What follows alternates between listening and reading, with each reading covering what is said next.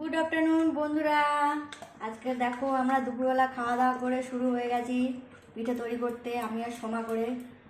তোমরা কে কে খাও খাও খেতে ভালোবাসো কমেন্টে জানাও।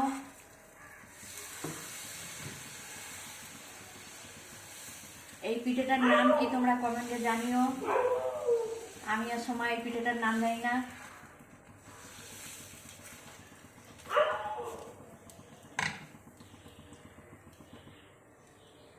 ঠিকঠাক করতে পারছি কি তাও বলো বন্ধুরা।